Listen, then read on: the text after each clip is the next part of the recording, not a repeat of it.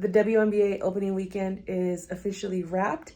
What are your thoughts of after seeing all of the teams play, if you were able to watch any of the games? If you go to the app, it's on replay. I had to replay a couple of games because I missed them. But what do you think so far? If we were to base the season off of this weekend, who do you think is taking it all? Who do you think is in last place? Rookies of the year? All that good stuff. Let me know. But I want to give you guys a recap of my thoughts for each game. It's going to be a bit of a long video. Bear with me, and it might be out of order because I really just want to make sure the messages that I'm relaying are received. But with all that said, weekend one of the WNBA is a wrap. I'm pleased with what I saw. There's still a lot of work to be done from every team, even the ones that won the games. A lot of work ahead, but hey, I'm not on that court. I'm just a fan, and I'm grateful that I have the opportunity to watch these games and watch them with you all. So let me know what some of your highlights are, and let's get into what I thought in real time of these games over the weekend. How's everyone feeling so far? First halves are done, and we're underway with the second half of both opening games. Don't sleep on Washington or ATL. I hope you guys are watching that game simultaneously. I know it's hard, but a lot of good basketball is on tonight. I'm really pumped about my Valkyries, considering we had a rough week. We really did in terms of waivers and whatnot, but I'm still going to ride hard for my girls, my team. You got to rep for the home team. That's it, loyal to my soil until I'm not. But I'm liking what I'm seeing. Dallas is looking strong.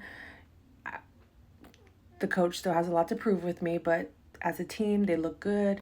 Minnesota definitely needs Kayla McBride back. Hopefully everything is okay on her part. And like I said, Washington and ATL, two strong teams. Hope you guys are watching all of them tonight. Let me know what you guys think of the opening day of the WNBA season for 2025. Let's go. Day one of the WNBA season is a wrap. My thoughts, my reaction. Dallas's defense crumbled, but that's because Minnesota's offense and their defense excelled in that second half. And Dallas just kind of crumbled in that pressure. Atlanta versus Washington, they had a close game. It was a fun one to watch. I caught most of the fourth quarter, which was probably the best part of the game. And Washington ended up coming up with the dub, considering they had two of their strongest players out. So, like I said, don't sleep on Washington or ATL. That was a fun game. LA versus the Valkyries. The Valkyries' very first WNBA game here in my city, San Francisco. I wish I could have went, but like I said, I just got back from Beyonce, Cowboy Carter, this lady behind me, and I had to save my ducats, okay? But the Valkyries did well, but KP did better. I will say the Valkyries are going to be the most fundamentally sound team in the league.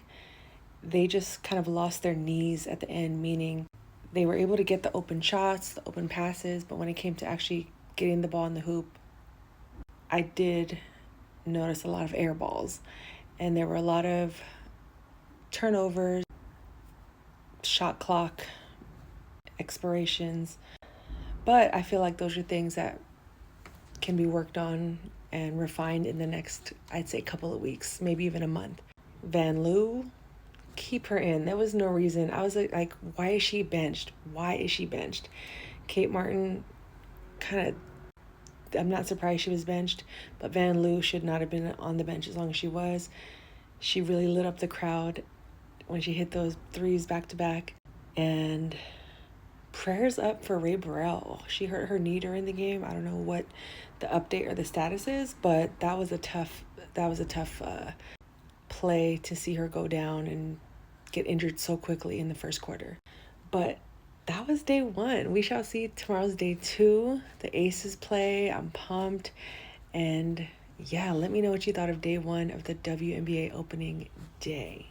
Today was a stressful day in the W, from my perspective at least. And I know as someone that loves and enjoys women's basketball, just basketball as a sport. I understand the toughness, the grit, the roughness that ensues within each game. I also understand the fandom, the passion, the love, as well as the hate. So I'm curious to see, one, how the WNBA combats this obvious hate that is occurring literally while games are happening on camera. You can hear the taunts, the hate out loud. Or if they're just going to chalk it up as, we disclosed it, we said we don't tolerate hate, as their own disclosure, and then they can walk away like, we told you, but you didn't listen, not my fault, which I don't think is right, but I don't know what goes on behind the scenes.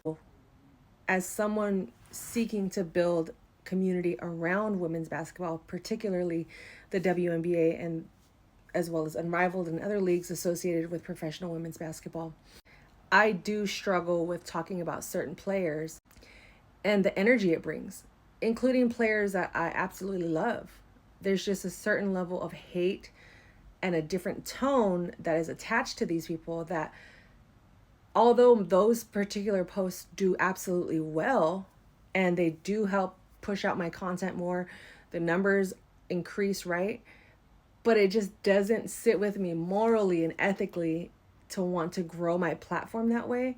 But at the same time, I feel like I'm pigeonholing myself to not talk about these things. So I'm going to work on ways to address hot topics or simply not. That's just the boundary I'm going to have. And if and when I do, don't be surprised if your comments get deleted or if you get blocked, because I really do want to create a fun, welcoming, safe environment and community that I know many of us are also wanting to build and create for others. And I also welcome a challenge. I really do. I don't have to like every single player in the league, but I do. I really do. But then I have certain players that I absolutely love and do favor. So for those that I'm not as big of a fan of, I want to learn and grow. What is it about these players that people love? And so I can go seek out those traits and those features and those skills and then become a fan. But when their community is downright evil, outright evil, unable to see the whole game at its scope and just instead of just dissecting one play, that's where it gets rough. And I don't feel like posting certain things or keeping certain posts up, because I'm over here posting, putting my phone down, eating my dinner and still thinking about it, when it's like I should be able to have fun and monitor my own posts as well. And if I don't feel right about doing something or posting about certain someone, then I just won't. And now I'm kind of yapping and rambling, but today was a stressful day in the W, and it's just the beginning. It's just day 2. But I did take down my last post. I feel better because it was just bothering me too much, and I just don't want to build my platform on shaky ground, and I don't want to be the one feeding into a narrative, even though I just want the best for both and all players in the league, but especially those that I really like and enjoy and love watching. So everyone take a deep breath. We're going to be okay. If you made it this far, thank you. Put a basketball emoji in the comments so I know that you made it this far. 4 minutes in, you're a real one. Respect. Connecticut came out a lot stronger than I had anticipated, but Washington came up with the dub, and they are a team to be looked out for. I'm telling you, I'm curious to see how they play against a New York, a Minnesota, even the Aces. So it's early in the season, but Connecticut versus Washington Mystics was a fun game. It was close the entire time towards the end, and they did a lot better than I thought they would, even with players on the bench and their rookies on the bench. It's going to be a good season for all teams, so I have no idea who's going to take it all at this point, but let's just all have some fun and enjoy this W season.